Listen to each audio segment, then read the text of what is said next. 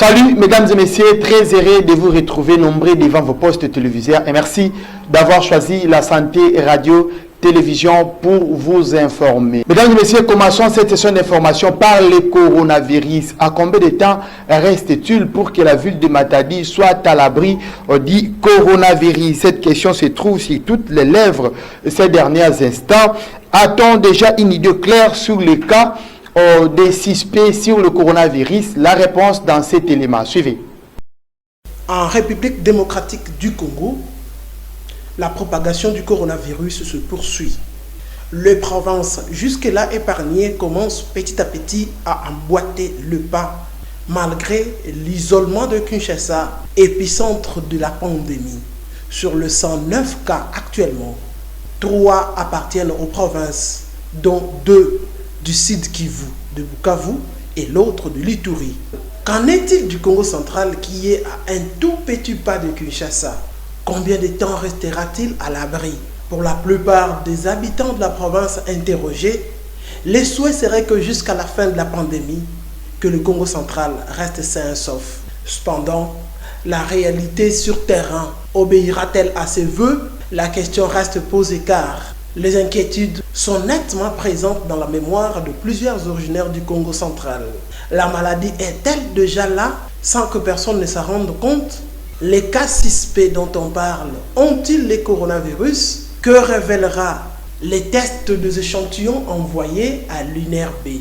Le comportement de la population sur terrain révèle-t-il la prise de conscience selon laquelle Matadi et les restes du Congo central restent très vulnérables compte tenu de la proximité de Kinshasa? Voilà pourquoi il est important que la stricte mise en application de mesures barrières à ce jour ne puisse épargner personne, car vivons dans un milieu très vulnérable compte tenu de la présence très proche de Kinshasa, fief de la pandémie qui compte aujourd'hui 106 cas sur le 109, déclarés sur le plan officiel, sans compter les cas qui se cachent et non pris en compte par ces bilans officiels.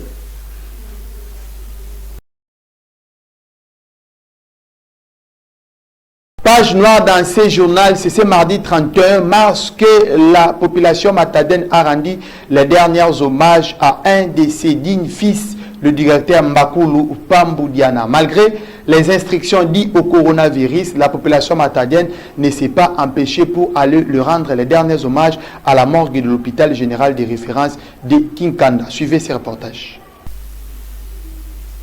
Ce n'est pas un rêve, c'est bel et bien une réalité.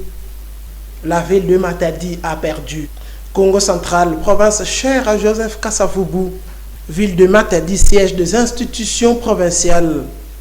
Terre qui a longtemps bénéficié de précieuses prestations de celui pour qui personne n'a pu retenir ses larmes. Joseph Mbakulu Pamboudiana, directeur provincial de la RTNC au Katanga. Cet homme a quitté la terre des hommes alors que la nation avait encore énormément besoin de lui. Avant d'aller loin de sa province, Joseph Mbakulu Pamboudiana est longtemps resté directeur provincial de la RTNC Congo central. Les circonstances de sa mort ont laissé d'aucuns inconsolables. Repoussé par la police des abords de la morgue, une foule nombreuse a oublié qu'il y a le coronavirus contre lequel il faut se protéger pour se rendre à la morgue en vue de rendre les derniers hommages à l'illustre disparu. Des hommages adaptés à la circonstance du coronavirus lui ont été rendus sur place. De nombreux témoignages ont été faits à son sujet pour rappeler la qualité de vie menée sur la terre des hommes par cet homme qui a formé beaucoup de jeunes au métier de journaliste. Notons que plusieurs personnalités issues de plusieurs domaines de la vie se sont joints à la famille médiatique de Matadi et de la province en général en vue de se recueillir devant la dépouille mortelle de Joseph Mbakulu Pamboudiana.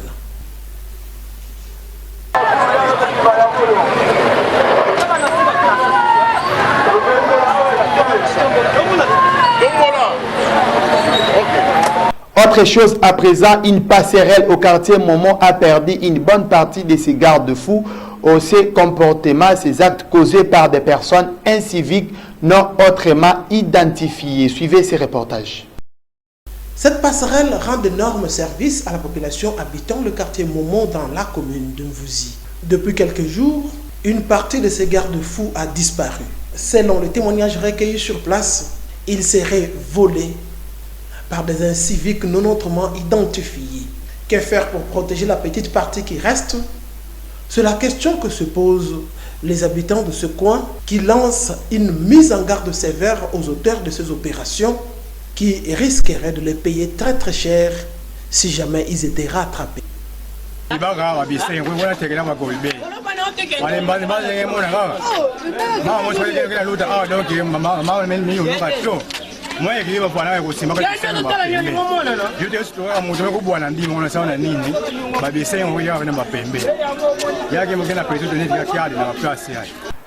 Abandon des véhicules ici, la route parc, les jeunes du quartier s'insurgent contre ces comportements qui risquent de causer les désagréments sur la chaussée. Suivez ces reportages.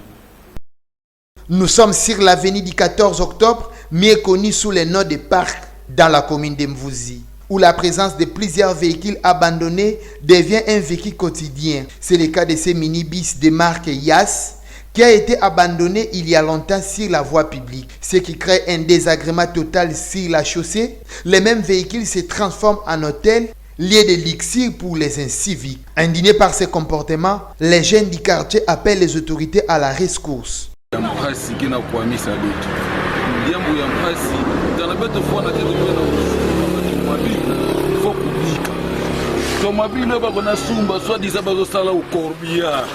Corbière yango kuniti levier na manima mutuke na kunata na ntwala mutuke kosa vitesse na manima bamemeka kusala nto mabilo ngo moyen simba ikeleve betona uzawa ve balabala yeme kumaka lupangu ya kulundila bisi ya ityo yeke balabala samu na bato mabilu yadi atila diambo ya pasi mingi bana ke katwa na classe bameka zengisa plaque samoni zengisa bana mingi na vuka na kisumbula hapo mwani mona kana nto mabilu kana nengumuka kuna ikeleve.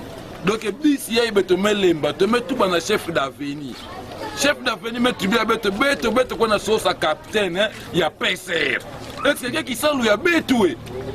Alors, bête, mon a bête pour ici là, ungunga, ya wakana kingolo, pour y mettre oulaka mingi. Alors, quand l'État va qu'il a une solution, bête, que la kanga balabala ngani ya l'État, bête, que pas kabis yaï, bête, mais zéka, te met tout na balabala. Comme ça, l'État, ani baki la bête solution. L'eau est un élément indispensable dans la vie humaine. Au quartier Momo, la population souffre pour avoir de l'eau potable. Il court de longues distances avec des bidons jaunes sur la tête. Parfois, ils consomment de l'eau de la source. Suivez ces reportages. Au quartier Momo, dans la commune de Mvouzi, l'eau reste une denrée rare. Les habitants de ces coins se disent oubliés par les autorités en ce moment où la population est invitée à se protéger contre le coronavirus, cette pandémie qui exige le lavage des mains à tout moment. Comment vont-ils trouver de l'eau pour se protéger alors que dans certains quartiers de la ville, ces problèmes ont déjà trouvé des solutions après le passage de Souza Pedro? Pourquoi pas chez eux, se sont posé la question. Ils appellent les autorités de la régie des eaux pour une solution à leurs problèmes. Car chaque matin, avec des bidons sur la tête, parfois ils consomment de l'eau impropre de la source.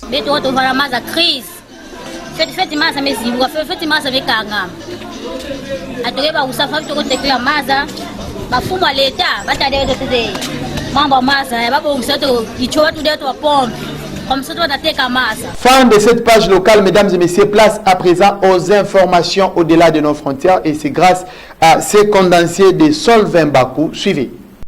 La République tchèque a été le premier pays d'Europe à opter pour la mesure.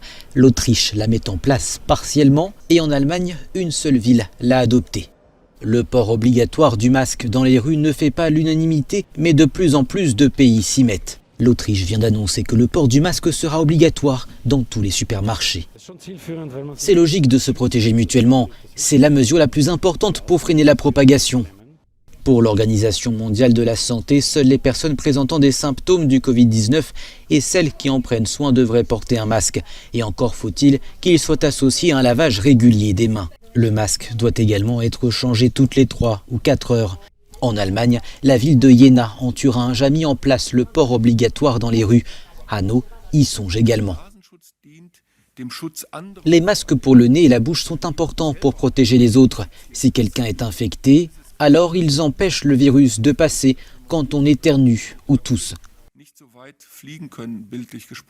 Mais encore faut-il avoir suffisamment de masques. Beaucoup craignent que la mise en place du port obligatoire augmente les risques de pénurie pour les hôpitaux dont les besoins sont immenses. Nous manquons de ces masques. Il est donc important de ne pas parler de port obligatoire. Il faut d'abord que nous en ayons. Le même problème se pose en France. Les stocks d'état de masques n'ayant pas été entièrement renouvelés au cours des 10 dernières années, le pays en manque cruellement. Plus d'1 milliard de masques ont dû être commandés, entre autres à la Chine. Pour l'heure donc, le port obligatoire est loin d'être envisagé. L'urgence est d'abord de les obtenir. 864 morts de plus en 24 heures. Nouvelle annonce vertigineuse en Espagne et nouveau seuil franchi. Plus de 9000 morts et plus de 100 000 contaminés. Près de 6000 patients sont en soins intensifs et dans les régions de Madrid et de Catalogne, les plus touchées, les services hospitaliers sont au bord de l'effondrement. Mais le ministère de la Santé veut croire à une stabilisation, comme l'expliquait la responsable du Centre de coordination des alertes et des urgences sanitaires. Depuis hier, l'augmentation des cas est de l'ordre de 8%, ce qui semble confirmer que nous restons dans une phase de stabilisation de la pandémie. Lorsque l'on regarde de plus près les chiffres et que l'on se concentre sur les hospitalisations, qui sont celles qui nous aident à faire une évaluation précise de l'évolution de l'épidémie, on voit que l'augmentation des cas est encore moins élevée. Hacer una valoración precisa de la evolución de la epidemia, el porcentaje en el que están descendiendo respecto a días anteriores es todavía menor. Pour pallier le manque de lits, des gymnases sont aménagés en hôpitaux de campagne à marche forcée. Plus de 50 000 personnes sont actuellement hospitalisées en Espagne et les autorités espèrent augmenter le nombre de lits de plus de 20% dans les prochains jours. L'Espagne est le pays au monde le plus endeuillé par la pandémie après l'Italie et ses 47 millions d'habitants sont soumis à l'un des confinements les plus stricts d'Europe.